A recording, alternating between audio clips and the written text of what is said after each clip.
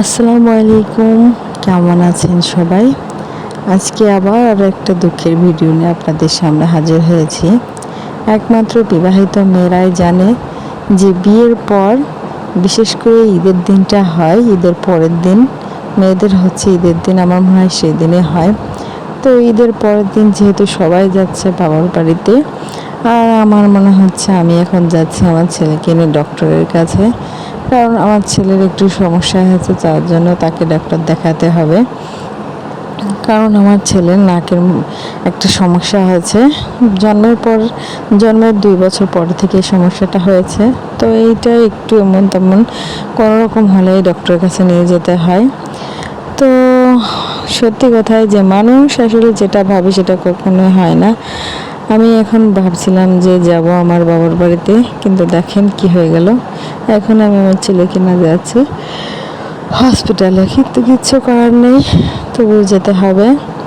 কারণ বিপদ তো আর বলে কই আসে না। যদি বিপদ মানুষকে বলে আসতো যে আমি এই টাইমে আসবো, তাহলে অবশ্যই মানুষ সতর্ক হয়ে যেত। তো যাই হোক, সকাল সকাল আপনাদের ভাইয়া চলে গেছে বাজারে, আর আমি তো আমার ছেলেকে নিয়ে যাচ্ছি এখন ডক্টরের কাছে ডক্টর দেখাতে। অনেকেই আবার ভাববে যে চেম্বারটা,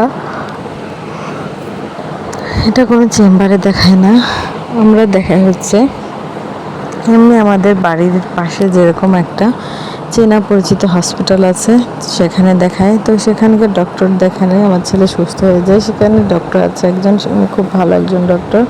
তো ওনাকে দেখাই, উনি খুব ভালো ট্রিটমেন্ট করে আমার ছেলেকে। তো যাই হোক, এই তো এখন যে রাস্তা দিয়ে যাচ্ছিলাম, যেহেতু কোনো ইজি বাইক পাইনি, তাই এখানে অটো ভ্যানে যাচ্ছিলাম। তো যেতে যেতে আমার ছেলে বলছিল যে মা নানু বাড়িতে যাবে না। তাই আমি বললাম যে হ্যাঁ বাবা যাবো, তোমার সুস্থ হয়ে নাও, তারপরে আমরা যাব। এদিক থেকে আমার বাড়ি থেকে আমার মা বাবা ভাই বোন সকলে ফোন দিচ্ছিল যে আমি যাচ্ছি না কেন, আমি যাচ্ছি না কেন। সবাইকে বললাম যে তামিমের শরীরটা একটু খারাপ, এই জন্য আর যাচ্ছি না। তো যেহেতু এখন ডক্টর মানে ঈদের পরের দিন, এখন যেহেতু ডক্টরের চেম্বার বন্ধ, মানে সব কিছু বন্ধ, ইমার্জেন্সিতে যারা আছে তাদেরকে দেখিয়ে নিয়ে আসবো।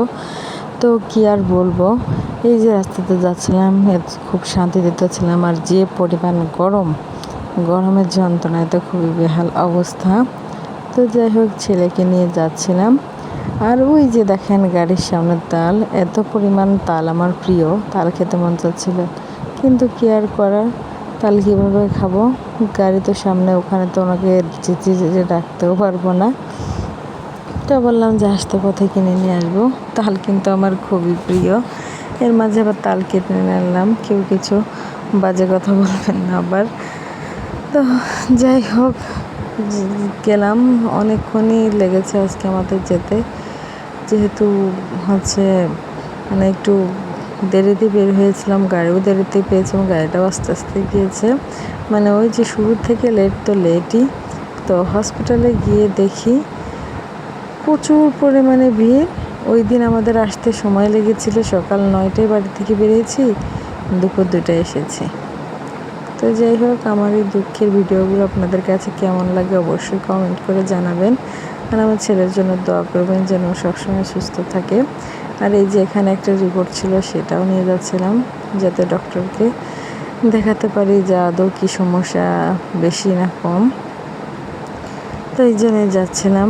তো আমার এই ছোট্ট চ্যানেলটিকে সবাই সাবস্ক্রাইব করে আমার পাশে থাকবেন, এবং আমার এই ছোট্ট সাধারণ ভিডিওগুলো যদি ভালো লাগে অবশ্যই একটা কমেন্টস করবেন এবং একটা লাইক করে আমার পাশে থাকবেন।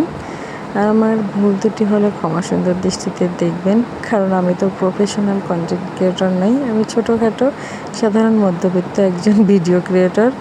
তো যাই হোক, সবাই ভালো থাকবেন, সুস্থ থাকবেন, আর আমার এই ছোট্ট চ্যানেলটিকে ভালোবাসা দিবেন, আমি যেন আপনাদের ভালোবাসা অর্জন করতে পারি। তো যাই হোক, এই দেখুন কথা বলতে বলতে এই যে হসপিটালে চলে এসেছি, এখন ভিতরে যাব, যে ওখানে টিকিট কাটবো, তারপরে হচ্ছে ডক্টর দেখাবো। তো যাই হোক, আমার ছেলে এবার এদিকে বলছে যে মা আমি পপকর্ন খাবো, তো সেখান থেকে কি পপকর্ন এনে দিলাম। তো যাই হোক, আপনারা সবাই ভালো থাকবেন, সুস্থ থাকবেন, আল্লাহ হাফেজ, আসসালামু আলাইকুম।